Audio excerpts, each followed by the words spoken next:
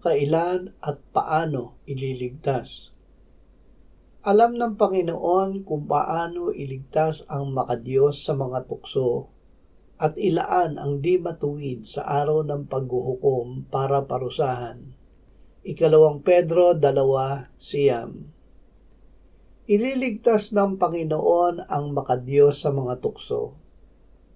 Walang tuksong dumating sa atin na hindi karaniwan sa tao, subalit tapat ang Diyos na hindi niya ipahihintulot na tayo'y tuksuhin ng higit sa ating makakaya, kundi kalakip din ng tukso ay naglalaan siya ng pag-iwas upang ito'y ating makayang tiisin. Ama, gawin mo kami na laging gising sa presensya mo kapag kami ay dumaranas ng mga tukso at pagsubok.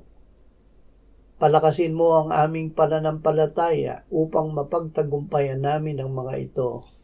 Amen.